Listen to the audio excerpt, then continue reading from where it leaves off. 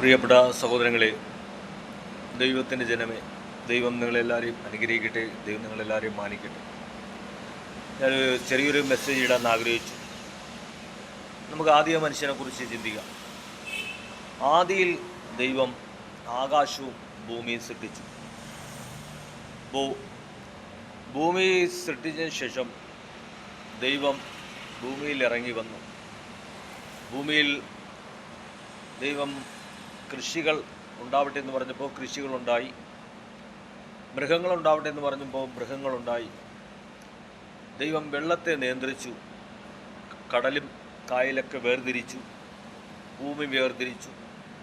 എന്നിട്ട് ദൈവം ഭൂമിയിൽ നിന്ന് പൊടിയെടുത്ത് കുഴച്ച് ആ മണ്ണ് കൊണ്ട് ദൈവം ഒരു മനുഷ്യനെ ഉണ്ടാക്കി കിടത്തി.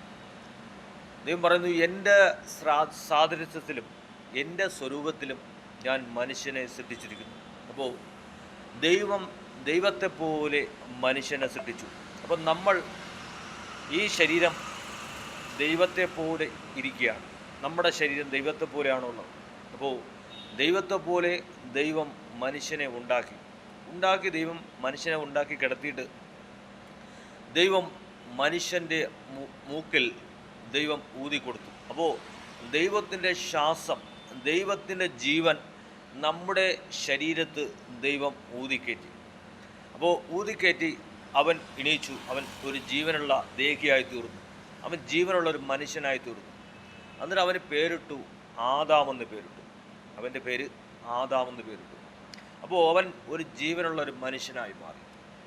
ഇപ്പോൾ നമുക്ക് സ്വന്തമെന്ന് പറയാൻ ഒന്നുമില്ല. നമ്മൾ വെറും വട്ടപൂജ്യമാണ്. നമ്മൾ വെറും സീറോ. കാര്യം, മനുഷ്യനെ ദൈവമാണ് ഉണ്ടാക്കിയത്. മനുഷ്യനെ ദൈവം ഉണ്ടാക്കി കിടത്തിയിട്ട് അവൻ്റെ മൂക്കിൽ ദൈവം ഊതിക്കൊടുത്തപ്പോഴത്തേക്കും അവന് ജീവൻ വെച്ചു. അപ്പോൾ നമുക്ക് സ്വന്തമായി ഒന്നുമില്ല. നമ്മൾ കല്യാണം കഴിച്ച് നമ്മളെ ഭാര്യ നമ്മളെ സ്വന്തമല്ല. ദൈവം നമുക്ക് ദാനം തന്നതാണ്. നമ്മുടെ മക്കളും ദൈവം തന്ന ദാനമാണ്. നമ്മുടെ ശരീരം ഈ ഭൂമിയിൽ നിന്നെടുത്ത പൊടികളാണ്. നമ്മളെ ശരീരത്തിരിക്കുന്ന ആത്മാവ് നമ്മളെ സ്വന്തമല്ല. നമ്മുടെ ശരീരത്ത് ദൈവം ഊതിക്കയറ്റിയ ആത്മാവാണ്. അപ്പോൾ നമുക്ക് സ്വന്തമെന്നൊന്നും പറയാനൊന്നുമില്ല. നമ്മൾ വെറും വട്ടപൂജ്യമാണ്. അപ്പോൾ ഇവിടെ ദൈവം ആദാവിനെ ഉണ്ടാക്കി കിടത്തിയിട്ട് ആദാവിൻ്റെ മൂക്കിൽ ഊതിയപ്പോൾ അവന് ജീവൻ വെച്ചു. അവൻ ജീവനുള്ള ദേഹിയായി മാറി. എന്നിട്ട് ഇവൻ ഉറ്റയ്ക്കിരിക്കുന്ന നന്നല്ലെന്ന് മനസ്സിലാക്കി ദൈവം അവൻ ഉറങ്ങിക്കിടന്നപ്പോൾ അവൻ്റെ ഒരു വാരിയലിൽ ഊരിയെടുത്ത് അതുകൊണ്ടൊരു പെണ്ണിനെ സൃഷ്ടിച്ചു. എന്നിട്ട് അവൾക്ക് ഹൗവ എന്ന് പേരിട്ടു. എന്നിട്ട് അവൻ്റെ കൂട്ടത്തിൽ കൊടുത്തു, നിങ്ങൾ രണ്ടുപേരും ഇവിടെ ജീവിക്കാൻ പറഞ്ഞു. എന്നിട്ട് ദൈവം ഒരു തോട്ടമുണ്ടാക്കി. ആ തോട്ടത്തിൽ ഇവരെ ആക്കിയിട്ട് ദൈവം പറഞ്ഞു, ഈ തോട്ടത്തിൽ അനേക പഴവർഗ്ഗങ്ങളുണ്ട്. അതിൽ നിങ്ങൾക്ക് ഇഷ്ടപ്പെട്ടതെല്ലാം പറിച്ച് കഴിക്കാം, സന്തോഷമായി ഇവിടെ ജീവിക്കാം. അപ്പോൾ അവിടെ അന്നവർക്ക് ജോലിയൊന്നും ചെയ്യേണ്ട കാര്യമില്ല. അവരവിടെയുള്ള പഴങ്ങളും പറിച്ച് കഴിച്ച് ദൈവത്തെ ആരാധിച്ച് അവിടെ ജീവിച്ചാൽ മതി. അവിടെ ജോലിയൊന്നും ചെയ്യേണ്ട കാര്യമില്ല. അപ്പോൾ ഇവരിവിടെ തോട്ടത്തിൽ ജീവിക്കുകയാണ്. അപ്പോൾ ദൈവം ഇവരെ കാണാൻ വേണ്ടി വരും. വന്ന് കുറേ സമയം ഇവരുടെ കൂട്ടത്തിരിക്കും, ഇവരുടെ കൂട്ടത്തിൽ സംസാരിക്കും. എന്നിട്ട് ദൈവം ഇവിടെ നിന്ന് തിരിച്ച് പോകും. അപ്പോൾ അങ്ങനെ എല്ലാ ദിവസവും വരും. ദൈവം വന്ന് കാണുകയും സംസാരിക്കുകയും ചെയ്തിട്ട് ദൈവം തിരിച്ചു പോകും. ഇവിടെ ആദാമും ഹവ്വയും ഇവിടെ ജീവിക്കുകയാണ്. അപ്പോൾ ആദാം ഉറങ്ങിക്കിടന്നപ്പോൾ അവൻ്റെ ഒരു വാരിയലിൽ ഊരിയെടുത്താണ് അതുകൊണ്ട് ഒരു പെണ്ണിനെ ദൈവം സൃഷ്ടിച്ച് ആദാമിന് കൊടുത്തത്. അപ്പോൾ പുരുഷനെ സംബന്ധിച്ചാണെങ്കിൽ പുരുഷന് എന്തെങ്കിലും വിഷയം വന്നാൽ അവൻ പെട്ടെന്ന് വിഷമിക്കും, അവൻ പെട്ടെന്ന് കരയുന്ന കാര്യമെന്ന് പറഞ്ഞാൽ അവനെ മണ്ണുകൊണ്ട് സൃഷ്ടിച്ചുകൊണ്ട് അവൻ പെട്ടെന്ന് അലിഞ്ഞു. അപ്പോൾ പുരുഷൻ പെട്ടെന്ന് എന്തെങ്കിലും വിഷയം അവന് വന്നു കഴിഞ്ഞാൽ അവൻ പെട്ടെന്ന് കരയുകയും ചെയ്യും, പെട്ടെന്ന് വിഷമിക്കുകയും ചെയ്യും. അപ്പോൾ സ്ത്രീയെ സംബന്ധിച്ച് അങ്ങനെയല്ല. അവൾക്ക് എന്തെങ്കിലും വിഷമോ ബുദ്ധിമുട്ടോ വന്നാൽ അവൾ പെട്ടെന്ന് അലിയത്തില്ല, പെട്ടെന്ന് കരയത്തില്ല, പെട്ടെന്ന് മനസ്സലിയത്തില്ല. ഇപ്പോൾ ഒരു ഭവനത്തിൽ തന്നെ ഒരു വഴക്ക് നടന്നാൽ തന്നെ ഭർത്താവ് എത്ര അടി കൊടുത്താലും അവൾ പെട്ടെന്ന് വിട്ടുകൊടുക്കത്തില്ല. കാര്യം അവളെ എല്ലുകൊണ്ട് സൃഷ്ടിച്ചതുകൊണ്ട് അവൾ പെട്ടെന്ന് അലിയുന്നൊരു സ്വഭാവമില്ല. അവൾ എത്ര അടി കിട്ടിയാലും അവൾ അങ്ങനെയാണ് ഞാനാണെന്ന് പറഞ്ഞു നിൽക്കും. എത്ര വഴക്ക് പറഞ്ഞാലും എന്തു പറഞ്ഞാലും അവൾ പെട്ടെന്ന് വിട്ടുകൊടുക്കുന്നൊരു സ്വഭാവം അവൾക്കില്ല. അത് കാരണം അവളെ എല്ലുകൊണ്ട് സൃഷ്ടിച്ചതുകൊണ്ടാണ് അവൾ അങ്ങനെ നിൽക്കുന്നത്. പക്ഷേ പുരുഷനെ മണ്ണുകൊണ്ട് സൃഷ്ടിച്ചുകൊണ്ട് പുരുഷൻ പെട്ടെന്ന് കരയും, പെട്ടെന്ന് അലിയുകയും ചെയ്യും. ഭാര്യയെ തിരിച്ചിങ്ങാട്ട് മിണ്ടിയില്ലെങ്കിലും ഭർത്താവ് പെട്ടെന്ന് അങ്ങോട്ട് പോയി മിണ്ടും, സംസാരിക്കും, അവളെ തൊടും, കാര്യങ്ങൾ പറയും. കാര്യം എന്നാലും അവൾ വിട്ടുകൊടുക്കത്തില്ല. കാര്യം എന്ന് പറഞ്ഞാൽ അവളെ എല്ലുകൊണ്ട് സൃഷ്ടിച്ചുകൊണ്ടാണ് അങ്ങനെ ആയിരിക്കുന്നത്. അപ്പോൾ ഇവിടെ ആദാമിനെയും ഹൗവയെയും ദൈവം തോട്ടത്തിൽ സൃഷ്ടിച്ചാക്കിയിട്ട് ദൈവം പറഞ്ഞു, ഇവിടെ നിങ്ങൾക്ക് ഇഷ്ടമുള്ള പഴങ്ങളൊക്കെ പറിച്ച് കഴിച്ച് ഇവിടെ ജീവിക്കാം. ഈ തോട്ടത്തിൻ്റെ നടുക്ക് ഒരു പഴമുണ്ട്, ആ പഴം നിങ്ങൾ പറിച്ച് കഴിക്കരുത്. ആ പഴം നിങ്ങൾ പറിച്ച് കഴിച്ചാൽ നിങ്ങൾ മരിച്ചു പോകും. അതുകൊണ്ട് അത് പറിച്ച് കഴിക്കാൻ പാടില്ല. എന്നിട്ട് ദൈവം പോയി. ഇവിടെ അത് കഴിഞ്ഞ ശേഷം ഇവരെ വഴിതെറ്റിക്കാൻ വേണ്ടി പൈശാചികൻ ഇവിടെ വന്നു. അപ്പോൾ പൈശാചികന് നേരിട്ട് വരാൻ കഴിയത്തില്ല. കാര്യം അവൻ പണ്ട് കാലത്ത് ദൈവത്തിൻ്റെ ദൂതനായിരുന്നു. അവൻ തെറ്റ് ചെയ്തപ്പോൾ ദൈവം അവനെ അടിച്ച് തറയിലിട്ടു. ഇപ്പോൾ അവൻ ദൂതനല്ല, ഇപ്പോൾ അവൻ പിശാചാണ്, പൈശാചികൻ, ഒരു പൂജ്യം, അവനൊന്നുമല്ല. അപ്പോൾ അവന് നേരിട്ട് ഇവിടെ വന്ന് ഇവരെടുത്ത് സംസാരിക്കാൻ കഴിയത്തില്ല. നേരിട്ട് വന്ന് സംസാരിക്കാൻ കഴിയാത്തതുകൊണ്ട് അവൻ മറ്റൊരു ശരീരത്തെ വാടാക്കിയെടുത്ത് വരികയാണ്. അപ്പോൾ അവൻ വരുന്നത് പാമ്പിൻ്റെ ഹൃദയത്തിൽ കയറിയിട്ട് അവൻ ഈ തോട്ടത്തിൽ വന്നിട്ട് ഈ സ്ത്രീയോട് ചോദിച്ചു, ഹൗവേ, ഈ തോട്ടത്തിൽ എന്തൊക്കെ കഴിക്കാനുണ്ട്? അപ്പോൾ സ്ത്രീ പറഞ്ഞു, ഈ തോട്ടത്തിൽ അനേക പഴവർഗ്ഗങ്ങളുണ്ട്, ഇതെല്ലാം ദൈവം പറിച്ച് കഴിക്കാൻ പറഞ്ഞിട്ടുണ്ട്. പക്ഷേ തോട്ടത്തിൻ്റെ നടുക്കൊരു വൃക്ഷമുണ്ട്, അതിൽ കാണുന്ന പഴം പറിച്ച് കഴിച്ചാൽ അന്ന് നിങ്ങൾ മരിച്ചു പോകുമെന്നാണ് പറഞ്ഞിരിക്കുന്നത്. അപ്പോൾ ഇവിടെ ഈ സ്ത്രീയെയും പുരുഷനെയും ദൈവം സൃഷ്ടിച്ചു. അവരുടെ ശരീരത്തെ മറച്ചു വെച്ചിരിക്കുന്നത് ദൈവത്തിൻ്റെ തേജസ് കൊണ്ടാണ്. ഇവർക്ക് രണ്ടുപേർക്കും അന്ന് വസ്ത്രമില്ല. നമ്മളെപ്പോലെ പാൻറ്റോ ഉടുപ്പോ മാക്സിയോ ചുരിദാറോ സാരിയോ ഒന്നുമില്ല. ഇവരെ രണ്ടുപേരെയും ശരീരത്തെ മറച്ചു വെച്ചിരിക്കുന്നത് ദൈവത്തിൻ്റെ തേജസ് കൊണ്ടാണ്. അപ്പോൾ ഇവർക്ക് രണ്ടുപേർക്കും ശരീരം തങ്ങളിൽ തിരിച്ചറിയാൻ പറ്റത്തില്ല. തേജസ് കൊണ്ട് അവരെ ദൈവം മറച്ചു വെച്ചിരിക്കുകയാണ്. അപ്പോൾ ഇവിടെ ഈ പാമ്പ് പറയാണ്, അവ്വേ, നിങ്ങൾ ആ പഴം പറിച്ച് കഴിച്ചാൽ നിങ്ങൾ ദൈവത്തെ പോലെയാവും. നിങ്ങൾക്ക് സ്വർഗത്ത് പോവാം, തിരിച്ചു വരാം, നിങ്ങൾക്ക് എവിടെ വേണമെങ്കിലും പോകാൻ പറ്റും. അപ്പോൾ നിങ്ങൾക്ക് നിങ്ങളുടെ ഇഷ്ടപ്രകാരം സന്തോഷമായിട്ട് ജീവിക്കാം. ഈ പഴം പറിച്ച് കഴിച്ചാൽ നിങ്ങൾ ദൈവത്തെ പോലെയാവും. അപ്പോൾ സ്ത്രീയെ സംബന്ധിച്ച് സ്ത്രീകൾ ബലഹീനരാണ്. കാര്യം അവരുടെ എന്തെങ്കിലും ഒരു കാര്യം പറഞ്ഞു കഴിഞ്ഞാൽ അവർ പെട്ടെന്ന് ചാടിക്കയറി അങ്ങ് ചെയ്യും. ചാടിക്കയറി ചെയ്തിട്ട് പിന്നെ അതിലെന്തെങ്കിലും സംഭവിച്ചാൽ പിന്നെ ഭയങ്കര വിഷമത്തോടെ ഇരിക്കും, അയ്യോ പറ്റിപ്പോയില്ലെന്ന് പറയും. അപ്പോൾ ഇവിടെ പാമ്പ് പറഞ്ഞു, സ്ത്രീയെ, നീ ആ പഴം പറിച്ച് കഴിച്ചാൽ നീ ദൈവത്തെ പോലെയാവും, അതുകൊണ്ട് നീ പറിച്ച് കഴി എന്ന് പറഞ്ഞപ്പോൾ ഈ ഹൗവ ഇത് കേട്ട പാടെ ഓടിച്ചെന്ന് ആ പഴം കാണാൻ നല്ല ഭംഗിയുണ്ട്, നല്ല ടേസ്റ്റുള്ള പഴമാണ് എന്ന് പറഞ്ഞു. ആ പഴം പറിച്ചു അവൾ കഴിച്ചു. അവൾ കഴിച്ചിട്ട് ഈ പഴം കൊണ്ടുവന്ന് ആദാമിനും കൊടുത്തപ്പോൾ ആദാമും ഈ പഴം വാങ്ങിച്ച് കഴിച്ചു. ആദാമും പഴം വാങ്ങിച്ച് കഴിച്ചപ്പോൾ ഇവരുടെ രണ്ടുപേരുടെയും ശരീരത്തുണ്ടായിരുന്ന തേജസ് അവരെ വിട്ട് മാറിപ്പോയി. ശരീരത്തിൽ നിന്ന് തേജസ് മാറിപ്പോയപ്പോൾ ഇവർക്ക് രണ്ടുപേർക്കും മനസ്സിലായി, ഞങ്ങൾ രണ്ടുപേരും നഗ്നരാണ്, ഞങ്ങളുടെ ശരീരത്തിൽ വസ്ത്രമില്ല എന്ന് മനസ്സിലായി. അപ്പോൾ ഇവർ രണ്ടുപേരും ഓടിപ്പോയി മരത്തിൻ്റെ ഇലകൾ പറിച്ചു ശരീരത്തെ മറച്ചു വെച്ചു. വെയിൽ വന്നപ്പോൾ അത് വാടിപ്പോയി. അപ്പോൾ സാത്താൻ പാമ്പിൻ്റെ ശരീരം വാടാക്കിയെടുത്ത് ഇവിടെ വന്ന് ഇവരെ പറ്റിച്ചിട്ട് സാത്താൻ പോയി. ഇപ്പം പല ഹൃദയങ്ങളിലും സാത്താന് നേരിട്ട് വരാൻ പറ്റത്തില്ല. സാത്താൻ നേരിട്ട് വരാതെ ഒരു കുടുംബജീവിതത്തിലായാലും ശരി തന്നെ സാത്താൻ ആ കുടുംബജീവിതത്തിൽ ഉണ്ടായിരിക്കുന്ന ഗൃഹനാഥൻ്റെ അല്ലെങ്കിൽ ഭർത്താവിൻ്റെ അല്ലെങ്കിൽ സഹോദരൻ്റെ ആരെങ്കിലും ഒരാളെ ശരീരം വാടാക്കിയെടുത്ത് ഇവയെ വ്യക്തിയെ കൊണ്ട് ചെയ്യിക്കുന്ന കാര്യങ്ങളാണ് മദ്യപാനം, പുകവലി, അടികൂടക്കം, ചീത്തവിളി, മോശമായുള്ള പ്രവൃത്തികൾ. ഇതെല്ലാം ചെയ്യുന്നത് അവനല്ല, അവൻ്റെ ഉള്ളിൽ സാത്താൻ കയറിയിട്ട് അവനെ കൊണ്ട് ചെയ്യിക്കും. നീ അങ്ങനെ ചെയ്യണം, ഇങ്ങനെ ചെയ്യണം, മോശമായുള്ള കാര്യങ്ങൾ ചെയ്യണം. ഇതെല്ലാം അവനെ കൊണ്ട് ചെയ്യുന്ന പൈശാചികനാണ്. ഈ ചില സഹോദരന്മാർ ബസ്സിൽ യാത്ര ചെയ്തുകൊണ്ടിരിക്കുമ്പോൾ അവർ ആ ബസ്സിലായിരിക്കുന്ന സഹോദരന്മാരെയും സഹോദരിമാരെയും എല്ലാം നോക്കും. ഇപ്പോൾ ഒരു സഹോദരിയുടെ അടുത്താണ് ഒരു സഹോദരൻ ഇരിക്കുന്നെങ്കിൽ അവൻ അവിടെ ഇരുന്നതുകൊണ്ട് തന്നെ അവൻ്റെ കൈകൾ ആ അടുത്തിരിക്കുന്ന സഹോദരിയുടെ ദേഹത്തേക്ക് പോകും. എന്തുകൊണ്ടെന്ന് പറഞ്ഞാൽ ഇവൻ്റെ ഉള്ളിൽ പൈശാചിയം വ്യാപരിക്കുന്നു. ഇവൻ്റെ ബ്ലഡിൽ പാപത്തിൻ്റെ പോരുണ്ട്.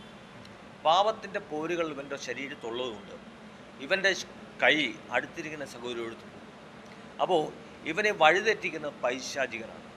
അപ്പോൾ ഇവനെ വഴിതെറ്റിക്കുന്ന പൈശാചികനായതുകൊണ്ട് ചിലപ്പോൾ ഇവൻ പറയും അത് വേണ്ട അങ്ങനെ ചെയ്യാൻ പാടില്ല, അത് തെറ്റാണെന്നൊക്കെ ഇവൻ പറയും. പക്ഷേ എങ്കിലും ഇവൻ അറിയാതെ തന്നെ ഇവൻ്റെ കൈ അങ്ങോട്ട് പോകും. എന്തുകൊണ്ടെന്ന് പറഞ്ഞാൽ ഇവൻ്റെ ബ്ലഡിൽ പാപമുണ്ട്, പിന്നെ ഇവൻ്റെ ശരീരത്തിൽ വ്യാപരിക്കുന്നത് പൈശാചികനാണ്. അപ്പോൾ പൈശാചികൻ മനുഷ്യനെ വഴിതെറ്റിക്കാനാണ് നടക്കുന്നത്. മനുഷ്യനെ നേരെ കൊണ്ടുപോകാനല്ല പൈശാചികൻ നോക്കുന്നത്. അവനെ എങ്ങനെയായാലും വഴിതെറ്റിക്കുക, അവനെ എങ്ങനെയായാലും അവൻ്റെ ജീവിതത്തിൽ പേരുദോഷങ്ങൾ ഉണ്ടാക്കുക, അവനെ നശിപ്പിക്കുക, അവനെ ഇല്ലാതാക്കുക. അപ്പോൾ ഒരേ കുടുംബജീവിതങ്ങളും നശിച്ചു പോണ കാര്യം, ഒരു കുടുംബജീവിതങ്ങളും ഇല്ലാതായി പോകുന്ന കാര്യം, ഒരേ കുടുംബജീവിതത്തിലും തൂങ്ങി മരണവും വിഷമടിച്ച് മരണവും വണ്ടിക്ക് തലവുപ്പും സമാധാനമില്ലായ്മയും സമാധാനത്തെ നശിപ്പിക്കുന്നതും എല്ലാത്തിനും കാരണക്കാരൻ ഈ പൈശാചികനാണ്. ഇവന് നേരിട്ട് വരാൻ കഴിയാത്തതുകൊണ്ട് അവൻ മറ്റുള്ള ശരീരങ്ങളെ വാടാക്കിയെടുത്ത് ആ ശരീരത്ത് വന്നുകൊണ്ട് തെറിവിളിയും അടിയുടക്കവും പിടിച്ചുപറി മോഷണങ്ങളും പിന്നെ എല്ലാ മോശപ്രവൃത്തികളും അവൻ ചെയ്യും. കാര്യം അവന് നേരിട്ട് വരാൻ പറ്റത്തില്ല. നേരിട്ട് വരാൻ പറ്റാത്തതുകൊണ്ടാണ് അവൻ മറ്റൊരു ഹൃദയത്തിൽ കയറിയിട്ട് മോഷണങ്ങൾ നടത്തുന്നു, പിടിച്ചുപറികൾ നടത്തുന്നു, വ്യഭിചാരങ്ങൾ നടത്തുന്നു, അടികൂടക്കം, പിന്നെ ആൾക്കാരെ കൊല്ലാൻ പോകുന്നു. ഇതെല്ലാം ചെയ്യുന്ന കാര്യം അവൻ്റെ ഉള്ളിൽ വ്യാപരിക്കുന്നത് പൈശാചികനാണ്. ഇവിടെ പാമ്പ് വന്ന് ഹവ്വയുടെ അടുത്ത് പറഞ്ഞ്, ഹവ്വേ ഈ പഴം പറിച്ച് കഴിച്ചാൽ നിങ്ങൾ ദൈവത്തെ പോലെ ആവുമെന്ന് പറഞ്ഞു. അപ്പോൾ ഈ പാമ്പ് സ്വയമേ വന്ന് പറഞ്ഞതല്ല, പാമ്പിൻ്റെ ശരീരത്തെ പൈശാചികൻ വാടാക്കിയെടുത്ത് ആ ശരീരത്ത് കയറിയിട്ട് ഇവിടെ വന്ന് പറയാണ്, ഹവ്വേ നിങ്ങൾ ഈ പഴം കഴിച്ചാൽ നിങ്ങൾ ദൈവത്തെ പോലെയാവും. അപ്പോൾ ഹവ്വ ഇത് കേട്ടപ്പോൾ തന്നെ അവൾക്ക് ഇത്തിരി കൂടെ സന്തോഷം തോന്നി, ഇത്തിരി കൂടെ ഒരു ജീവൻ വീണു. അവൾ വിചാരിച്ച്, ഇനി ഈ പഴം കഴിച്ചു കഴിഞ്ഞാൽ നമ്മൾ ദൈവത്തെ പോലെ ആവും, നമുക്ക് അതുകൊണ്ട് കഴിക്കാം, ഇതൊന്നും അല്ല ജീവിതം എന്ന് വിചാരിച്ചു. അവൾ പോയി പറിച്ച് കഴിച്ചപ്പോൾ എന്തു പറ്റി? അവളുടെ ശരീരത്ത് ദൈവം കൊടുത്ത തേജസ് മാറിപ്പോയപ്പോൾ അവർക്ക് മനസ്സിലായി, ഞങ്ങളുടെ ശരീരത്തുണ്ടായിരുന്ന വസ്ത്രം മാറിപ്പോയി എന്ന് മനസ്സിലായി. നമ്മൾ സഹോദരങ്ങളെ, നമ്മൾ ഒരു ഉദ്യോഗത്തിലിരിക്കുമ്പോൾ, നമ്മളൊരു അധികാരത്തിലിരിക്കുമ്പോൾ നമ്മുടെ ജീവിതത്തിൽ എന്തെങ്കിലും കള്ളത്തരങ്ങൾ നമ്മൾ കാണിച്ചാൽ ആ ജോലിയിൽ നിന്നും അവിടെ ഉണ്ടായിരിക്കുന്ന അധികാരികൾ നമ്മൾ അവിടെ നിന്ന് പറഞ്ഞു വിടും. അവർ പറയും, ഇനി നിങ്ങൾക്ക് ഈ ജോലിയിൽ ഇരിക്കേണ്ട അധികാരമില്ല, ഇനി നിങ്ങൾ ഇവിടെ നിന്ന് പോണതാണ് നല്ലത്, അതുകൊണ്ട് ശമ്പളം വാങ്ങിച്ച് പോയിക്കോ. കാര്യം അയാളുടെ ജീവിതത്തിൽ അയാൾ അവിടെ എന്തിനോ തെറ്റ് ചെയ്തിട്ടുണ്ട്, എന്തിനോ മോശപ്രവൃത്തി ചെയ്തിട്ടുണ്ട്, അതുകൊണ്ടാണ് അവിടെ നിന്ന് പറഞ്ഞു വിടുന്നത്. അതേപോലെ ഈ തോട്ടത്തിലായിരുന്ന ആദാമിനെയും ഹവ്വയെയും ദൈവം വന്നപ്പോൾ ഇവർ രണ്ടുപേരും ഓടി ഒളിച്ചു. എന്തുകൊണ്ട് ഓടി ഒളിച്ച കാര്യം, ഇവർ പാപം ചെയ്തു, ഇവർ തെറ്റ് ചെയ്തു. അവർക്ക് മനസ്സിലായി, ഇനി ദൈവത്തിൻ്റെ മുമ്പ് നിൽക്കേണ്ട യോഗ്യത നമുക്കില്ല, ഇനി ദൈവത്തിൻ്റെ മുമ്പ് നിൽക്കേണ്ട യോഗ്യത ഞങ്ങൾക്കില്ല. അതുകൊണ്ട് ദൈവം വന്നപ്പോൾ അവർ ഓടി മാറിപ്പോൾ ദൈവം അവിടെ ഇറങ്ങി വന്നിട്ട് ദൈവം ചോദിക്കുകയാണ്, ആദാമേ നീ എവിടെയാണ്? ഹവ്വേ നിങ്ങൾ എവിടെയാണ്? പറയാണ്, ഞങ്ങൾ തെറ്റ് ചെയ്തു പോയി, ഞങ്ങൾ പാപം ചെയ്തു, ഞങ്ങളിവിടെ മാറി നിൽക്കുകയാണ്, നിൻ്റെ അടുത്ത് വരുവാൻ യാതൊരു യോഗ്യതയും ഞങ്ങൾക്കില്ല. അപ്പോൾ ദൈവത്തിൻ്റെ അടുത്ത് ചെല്ലുവാൻ യാതൊരു യോഗ്യതയും ഇനി അവർക്കില്ല. അപ്പോൾ ദൈവം പറഞ്ഞു വരാൻ പറഞ്ഞു. ഇവർ വന്നു. ദൈവം പറഞ്ഞു, ഞാൻ ചെയ്യല്ലെന്ന് പറഞ്ഞ കാര്യങ്ങൾ നിങ്ങൾ ചെയ്തു ഇല്ലേ? അപ്പോൾ ആദാമിൻ്റെ അടുത്തും ഹവ്വയുടെ അടുത്തും പറഞ്ഞു, ഇനി നിങ്ങൾ ഈ തോട്ടത്തിൽ ജീവിക്കണ്ട, ഇനി നിങ്ങൾ ഇതിൻ്റെ പുറത്ത് പോയി നിങ്ങൾ ജീവിക്കുക എന്ന് പറഞ്ഞ് ഇവരെ തോട്ടത്തിൽ നിന്ന് പുറത്താക്കി. അപ്പോൾ അവർക്ക് ദൈവം അവിടെ കൊടുത്ത ചില ശിക്ഷകളാണ്. പുരുഷൻ്റെ അടുത്ത് പറഞ്ഞു, ഇന്ന് മുതൽ നീ വിയർത്ത് അധ്വാനിച്ച് ജീവിക്കും. ഇന്ന് മുതൽ നീ വിയർത്ത് അധ്വാനിച്ച് ജീവിക്കും. അതോ നേരത്തെ ജോലിയും ചെയ്യേണ്ടിയിരുന്നു, തോട്ടത്തിനകത്ത് ജീവിക്കാം, പഴങ്ങളൊക്കെ പറിച്ച് കഴിക്കാം, സന്തോഷിക്കാം, ആനന്ദിക്കാം. പക്ഷേ ഇപ്പോൾ പറയുകയാണ്, ഇന്ന് മുതൽ നീ വിയർത്ത് അധ്വാനിച്ച് ജീവിക്കും. അങ്ങനെ പുരുഷനെ അങ്ങനെ ഒരു ശിക്ഷ കൊടുത്തു. എന്നിട്ട് പറഞ്ഞു, നീ മരിക്കുന്ന നാളിൽ മണ്ണോട് ചേർന്ന് പോകും. ഞാൻ നിന്നെ മണ്ണിൽ നിന്ന് എടുത്തിരിക്കിയാൽ നീ മണ്ണോട് ചേർന്ന് പോകും എന്ന് പറഞ്ഞു. സ്ത്രീയുടെ അടുത്ത് പറഞ്ഞു, ഇന്ന് മുതൽ നീ വേദനയോടെ മക്കളെ പ്രസവിക്കും. അപ്പോൾ എന്നിട്ട് ദൈവം ഇവരെ രണ്ടുപേരെയും ആ തോട്ടത്തിൽ നിന്ന് പറഞ്ഞു വിട്ടു. അപ്പോൾ ഇവർ രണ്ടുപേരും പിന്നെ ആ തോട്ടത്തിൽ നിന്ന് പോയി, പിന്നെ പുറത്ത് പോയി ജോലിയൊക്കെ ചെയ്ത് അവരവരെ കാര്യങ്ങൾ നോക്കി ജീവിക്കുകയാണ്. സഹോദരങ്ങളെ, നമ്മൾ ദൈവത്തെ ആരാധിച്ച് ജീവിക്കുമ്പോൾ നമ്മുടെ ജീവിതത്തിൽ ഒരുപാട് തെറ്റും കുറവുകളെല്ലാം വരുന്നുണ്ട്. പക്ഷേ എങ്കിലും നമ്മൾ അറിഞ്ഞുകൊണ്ട് തെറ്റ് ചെയ്യാതെ ദൈവത്തോട് ദൈവത്തോട് അടുത്ത് പ്രാർത്ഥിച്ച് മുന്നേറി ഈ പാപം നിറഞ്ഞ ലോകത്ത് നമുക്ക് ജീവിക്കണമെങ്കിൽ ദൈവത്തിൻ്റെ കൃപ വേണം. ദൈവത്തിൻ്റെ കൃപയില്ലാതെ നമുക്ക് ജീവിക്കാൻ കഴിയത്തില്ല. നമ്മുടെ ഇഷ്ടപ്രകാരം നമുക്ക് തോന്നിയ പോലെ ജീവിക്കണമെങ്കിൽ നമുക്ക് ജീവിക്കാം. പക്ഷേ നമ്മളെ ആരും ഉപദേശിക്കത്തില്ല, നമ്മളെ ആരും വിലക്കത്തില്ല. പക്ഷേ നമുക്ക് മരണശേഷം നിത്യരാജ്യത്ത് പോകാൻ പറ്റത്തില്ല. കാര്യം ദൈവത്തിൻ്റെ രാജ്യത്ത് പോകാൻ പറ്റത്തില്ല.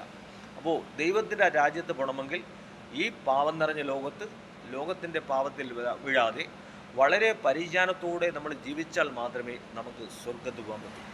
ഇവിടെ നമുക്ക് ജീവിതമില്ല, ഇവിടെ നമ്മൾ ചെയ്യുന്നത് യാത്രയാണ്. അപ്പോൾ ഇവിടെ നമ്മൾ ദൈവമില്ല, ഇവിടെ നമ്മൾ യാത്രയാണ് ചെയ്തത്. ഇവിടെ നമുക്ക് അല്പായുസാണ്, കുറച്ച് ദിവസം മാത്രമേ നമ്മളിവിടെ ജീവിക്കുന്നുള്ളൂ. ഇവിടെ നമ്മൾ ജീവിക്കുമ്പോൾ ഇവിടെ നമ്മൾ യാത്ര ചെയ്യുമ്പോൾ ഇവിടെ നമുക്ക് ഈ യാത്രയിൽ വരുന്ന കാര്യങ്ങളാണ്. നമുക്ക് ഭാര്യ വരുന്നുണ്ട്, നമുക്ക് മക്കൾ വരുന്നുണ്ട്, നമുക്ക് ബന്ധുക്കൾ വരുന്നുണ്ട്, സുഹൃത്തുക്കൾ വരുന്നുണ്ട്. പക്ഷേ ഇവിടെ നമുക്ക് ജീവിതമല്ല, ഇവിടെ നമ്മൾ ചെയ്യുന്ന യാത്രയാണ്. ഇവിടെ ദൈവം വിളിക്കുമ്പോൾ നമ്മൾ ഇവിടുന്ന് പോയേ പറ്റൂ. അപ്പോൾ ഇവിടുന്ന് പോയേ പറ്റൂ, ദൈവം വിളിക്കുമ്പോൾ പോയേ പറ്റൂ. അപ്പോൾ ദൈവത്തിൻ്റെ വിളിക്കായി കാത്തിരിക്കുക. അതുവരെ ദൈവം വിളിക്കുന്ന കാലം വരെ നമ്മളിവിടെ ഒരുക്കത്തോടെ ആയിരിക്കുക. ദൈവത്തെ പ്രാർത്ഥിക്കുക, ദൈവത്തെ ആരാധിക്കുക, പള്ളിയിൽ പോകുക, എല്ലായിടത്തും സ്നേഹത്തിലും ബഹുമാനത്തിലും മുന്നോട്ട് ജീവിക്കുക. അങ്ങനെ പോകുമ്പോൾ ദൈവം നിങ്ങളുടെ സമയമാകുമ്പോൾ ദൈവം വിളിക്കും. ആ വിളിക്കുന്ന സമയത്ത് നിങ്ങളുടെ ദൈവം അപ്പൻ്റെ നാട്ടിൽ കൊണ്ടുപോകും. അപ്പോൾ ദൈവത്തിൻ്റെ വചനം ജീവിച്ചാൽ മാത്രമേ നമുക്ക് സ്വർഗ്ഗത്ത് പോകാൻ പറ്റൂ. അല്ലാതെ ഈ ഭൂമിയുടെ രീതി അനുസരിച്ചും അടിച്ചു പൊളിച്ച് സുഖിച്ച് ജീവിച്ചു കഴിഞ്ഞാൽ നമ്മൾ മരണശേഷം നമ്മളെ ആത്മാവ് നരകത്തിൽ പോകും. സ്വർഗ്ഗത്ത് പോകണമെങ്കിൽ സഹോദരങ്ങളെ ദൈവത്തിൻ്റെ വചനമനുസരിക്കണം, വചനപ്രകാരം ജീവിക്കണം.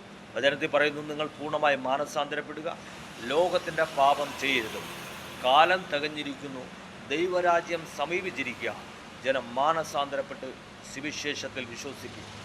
സുവിശേഷം എന്ന് പറഞ്ഞതോ നിങ്ങളെ രൂപാന്തരപ്പെടുത്തുന്ന ഒരു കാര്യമാണ് സുവിശേഷം. അപ്പോൾ യേശുവിൽ വിശ്വസിക്കുക, ദൈവത്തിൻ്റെ വചനമനുസരിക്കുക, വചനപ്രകാരം ജീവിക്കുക. എന്നാൽ നിങ്ങൾക്ക് സ്വർഗരാജ്യം അവകാശമാക്കാൻ പറ്റും. ഈ പണ്ട് കാലത്ത് ഞാൻ ഒരു കാര്യം കൂടെ പറഞ്ഞു നിർത്താം. പണ്ട് കാലത്ത് പണ്ടുണ്ടായിരിക്കുന്ന ജനങ്ങൾക്ക് അവരുടെ സന്തോഷത്തിനും സുഖത്തിനും വേണ്ടിയാണ് പണ്ടുണ്ടായിരുന്ന ആൾക്കാർ വാറ്റ് ചാരായം കണ്ടുപിടിച്ചതും ലഹരി മരുന്നുകൾ കണ്ടുപിടിച്ചതും. കാരണം അവർക്ക് പണ്ടത്തെ അന്നുണ്ടായിരിക്കുന്ന ആൾക്കാർക്ക് സന്തോഷത്തിനും സുഖത്തിനും വേണ്ടിയാണ് മദ്യവും കഞ്ചാവും അങ്ങനെയുള്ള പല ലഹരി മരുന്നുകളും കണ്ടുപിടിച്ചത്. അപ്പോൾ അന്ന് അപ്പോഴത്തെ സുഖത്തിന് വേണ്ടി അവരിതെല്ലാം കണ്ടുപിടിച്ചു. പക്ഷേ ഇപ്പോഴത്തെ തലമുറയ്ക്ക് അത് ദോഷമായി മാറി. ഇപ്പോഴത്തെ തലമുറകളെല്ലാം ഇത് ഉപയോഗിക്കുന്നതുകൊണ്ട് പലരും മദ്യം കഴിച്ച് അടിയും വഴക്കും വീട്ടിലുണ്ടാക്കുന്നു, പലരും പോയി തൂങ്ങി മരിക്കുന്നു, പലരും പോയി വണ്ടിക്ക് തലവയ്ക്കുന്നു, പലരും പല വിഷയങ്ങൾ ചെയ്യുന്നു. ഒരു വീട്ടിൽ ഒരു അച്ഛൻ, പുള്ളിക്ക് 3 മക്കളുണ്ട്. പുള്ളി എല്ലാ ദിവസവും വെള്ളം ഒഴിച്ചുകൊണ്ട് വന്ന് ഭാര്യയെ എടുത്തിട്ട് അടിക്കും, മക്കളെ എടുത്തിട്ട് അടിക്കും. അങ്ങനെ അടിയും പിടിയൊക്കെ ആയി അങ്ങനെ ജീവിച്ചു. ആ അച്ഛൻ വയസ്സായപ്പോൾ ആ അച്ഛൻ മരിച്ചുപോയി. ആ അച്ഛൻ മരിച്ചു. ഇതിൻ്റെ എല്ലാം വേദനയും ദുഃഖവും എല്ലാം ആർക്കാണ്? ഈ അമ്മയ്ക്കാണ്. അമ്മയാണ് ഇതെല്ലാം കാണുന്നതും കേൾക്കുന്നതും സഹിക്കുന്നതും കരയുന്നതും. ഈ അമ്മ ഇതെല്ലാം സഹിച്ച് മുന്നോട്ട് പോവുകയാണ്. അങ്ങനെ ഈ അച്ഛൻ മരിച്ചുപോയി. പിന്നെ ഈ 3 മക്കളും വളർന്ന് വലുതായി, അവർ ജോലിക്കാരായി. അതിൽ പിന്നെ ഈ മക്കൾ പിന്നെ വെള്ളോടി തുടങ്ങി. ഒരുത്തൻ ഈ വെള്ളം അടിച്ചുകൊണ്ട് വന്ന് അമ്മയെ എടുത്തിട്ട് അടിക്കുകയും ഇടിക്കുകയൊക്കെ ചെയ്യും. അങ്ങനെ ഈ അമ്മയ്ക്ക് ഒരു ദിവസം പോലും സമാധാനമില്ല. സന്തോഷമായ ഒരു കല്യാണം കഴിച്ച് ജീവിക്കുകയാണമ്മ, പക്ഷേ സമാധാനമില്ലാതെ ഈ മകൻ പിന്നെ ഈ അമ്മയെ അടിക്കുന്നു, ഇടിക്കുന്നു, ചീത്ത വിളിക്കുന്നു. അവരൊക്കെ സമയത്തിന് ഒരു കാര്യങ്ങൾ ചെയ്തു കൊടുക്കാതെ ഈ മകൻ അടിക്കുന്നു. മറ്റുള്ള മക്കളെല്ലാം അവരവരോരോ കാര്യം നോക്കി അവർ ജീവിക്കുന്നു. അപ്പോൾ ഈ മദ്യപാനം ഇപ്പോൾ ഉള്ള തലമുറയ്ക്ക് ദോഷമാണ്. അപ്പോൾ ഈ മദ്യത്തിൻ്റെ പേരും പറഞ്ഞ് എന്തെല്ലാം പ്രശ്നങ്ങൾ, അടിയും വെട്ടും കുത്തും പിടിച്ചുപറികളും മോഷണങ്ങളും പല കാര്യങ്ങളും നടക്കും. അപ്പോൾ സഹോദരങ്ങളെ, ഈ മദ്യത്തെ പൂർണ്ണമായി നമ്മൾ തുടച്ചു മാറ്റുക. നമ്മുടെ ജീവിതത്തിൽ നിന്ന് പൂർണ്ണമായും മദ്യത്തെ തുടച്ചു മാറ്റുക. അപ്പന്മാരും അമ്മമാരും ചെയ്യുന്ന കണ്ടാണ് മക്കൾ ചെയ്യുന്നത്. ഇനിയുള്ള തലമുറയെങ്കിലും നശിച്ചു പോവാതിരിക്കട്ടെ. നിങ്ങൾ ദൈവത്തോട് പ്രാർത്ഥിക്കുക. ദൈവത്തോട് പ്രാർത്ഥിച്ച് നിങ്ങളുടെ ജീവിതത്തിൽ നിന്ന് മദ്യപാനം പൂർണ്ണമായിട്ട് മാറ്റുക. നിങ്ങൾക്ക് മദ്യം നിങ്ങളുടെ ജീവിതത്തിൽ നിന്ന് പൂർണ്ണമായി മാറ്റാൻ കഴിയുന്നില്ലെങ്കിൽ അതിന് പറ്റുന്ന മരുന്നുകളൊക്കെ നമ്മുടെ നാട്ടിൽ ആൾക്കാർ കണ്ടുപിടിച്ചിട്ടുണ്ട്. അങ്ങനെയുള്ള മരുന്നുകൾ വാങ്ങിച്ച് നിങ്ങൾ ഉപയോഗിച്ച് കുടിച്ച് നിങ്ങളുടെ ശരീരത്തിൽ നിന്നും മദ്യത്തിൻ്റെ ഗന്ധങ്ങളും മദ്യത്തിൻ്റെ ലഹരികളും പൂർണ്ണമായും നിങ്ങളുടെ ശരീരത്തിൽ നിന്ന് മാറ്റുക. നിങ്ങളുടെ മക്കൾ മദ്യം കഴിക്കാതിരിക്കട്ടെ. നിങ്ങളുടെ മക്കൾ മറ്റുള്ള ലഹരി സാധനങ്ങൾ ഉപയോഗിക്കാതിരിക്കട്ടെ. എല്ലാവരും സന്തോഷമായി ദൈവത്തിൽ പ്രാർത്ഥിച്ച് ദൈവത്തിൽ കുടുംബപരമായിട്ട് സന്തോഷിക്കുക, ആനന്ദിക്കുക. ദൈവം നിങ്ങളെ അനുഗ്രഹിക്കട്ടെ, മാനിക്കട്ടെ. Okay, thank you.